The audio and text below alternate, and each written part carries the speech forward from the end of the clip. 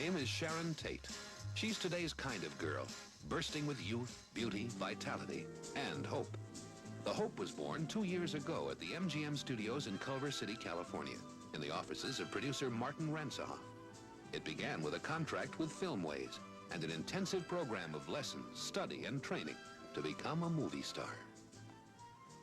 2 years later, at the MGM studios in London, Sharon Tate is reporting for her first motion picture, Eye of the Devil, in which she will star with David Niven and Deborah Carr. Many young hopefuls have started here. Some have become great stars. But before Sharon ever sees a camera, there are long hours of preparation. Hours of each day are devoted to beauty, hairstyling that will frame and flatter the natural beauty of her features, and makeup that will enhance them and project them onto the motion picture screen.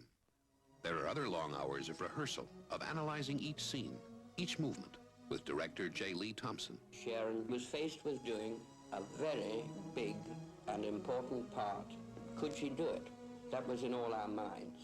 We even agreed that if, after the first 2 weeks, Sharon was not quite making it, that we would put her back in cold storage. We started work. Very soon, we all realized that here was a girl who was tremendously exciting. She had that thing that you can't really explain, star projection. In addition to the hours of work devoted to bringing out her talent and beauty, there are long sessions before the still cameras. Publicity can help make the difference between Sharon Tate, the actress, and Sharon Tate, the star. And the first step is to have pictures.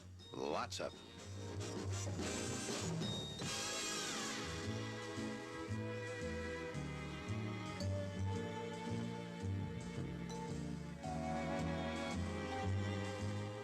Co-producer John Calley knows the value of publicity and gives close attention to it.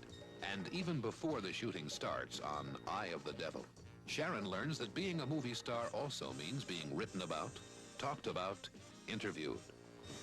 I've discovered, regardless of how many months and years of acting classes that I have had, I've found that I know absolutely nothing at all.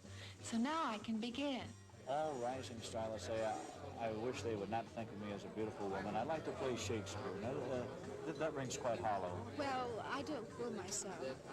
I can't see myself doing Shakespeare or anything like that. I would love light comedy, but it takes so long. You know, comedy is one of the most difficult types of acting to do. It takes so long because you have to be so serious, and that's the funny thing about it. And I haven't had the experience at the moment, but I'm giving it a try. The work continues. An exercise program has been designed for Sharon's voice, and with each lesson it becomes lower, stronger, better control. And at night, Sharon studies her script, learning her lines and searching for clues to character and motivation. But there are nights off, too.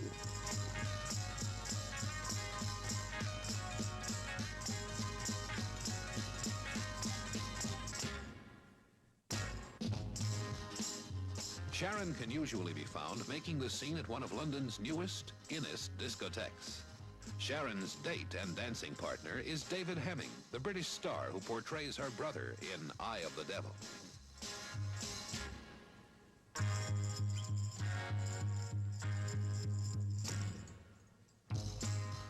In the noted sights, from the famed lifeguards of the Household Cavalry to the traditional feeding of the pigeons in Trafalgar Square, London is a city of unending interest for Sharon.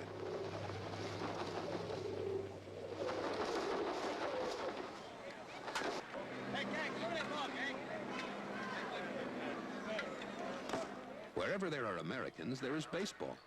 But London's Hyde Park is better known for its famous Speaker's Corner, where soapbox orators can always be heard airing their views on every subject imaginable. Big Ben, London Bridge.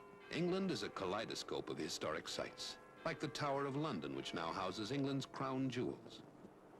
From historic England to historic France, and the location site for the filming of Eye of the Devil.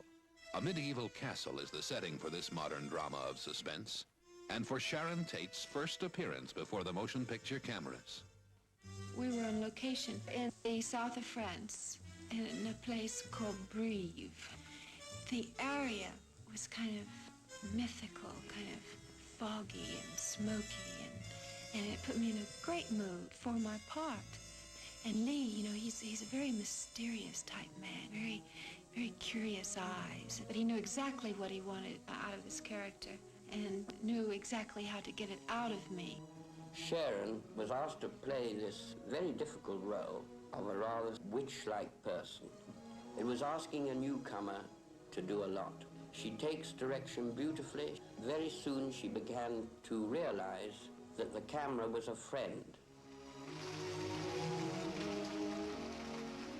An aspiring actress must learn to be at ease with the cameras and complex pieces of equipment that crowd the set, and more importantly, with her technicians and fellow actors.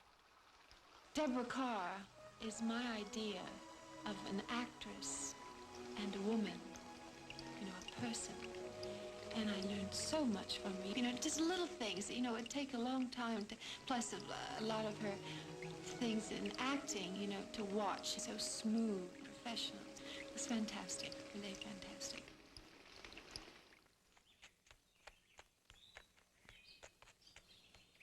The motion picture day starts early. A car is waiting to take Sharon to the day's location, this time a vineyard near the castle. A few pauses in the day's shooting schedule allow time for a quick cup of coffee or a brief session with the ever-present still photographers. It's hard work, but for 22-year-old Sharon Tate, it's fun.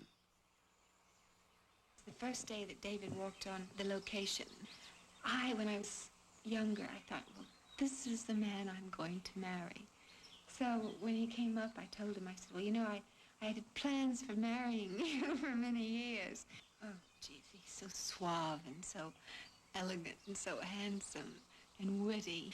And the funny thing about it is I did my first film with him. Sharon is a great discovery.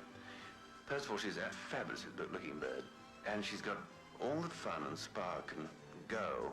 She's a marvelous girl. She's up on cloud nine, Sharon is, and I think she's a very, very good actress. And I think obviously she's gonna make a big hit in this picture.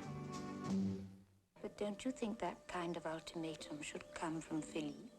Well, has Philippe said nothing to you? Did he say he would? Did he lie to you? Oh, but you must be used to that by now. Men always lie. Personally, I have no use for them. Catherine, what's the matter? Is the sun bothering you? Are you all right? Would you like to go in? You're getting very tired. Would you like to go in? Your eyes are heavy. You must go to sleep, Catherine. Careful, Catherine. You might fall. Take my hand. Oh, dear. Help me. I am helping you, Catherine. I am helping you. Just a few more steps, then you'll be safe. And you can hold my hand. Take it, Catherine. Take it.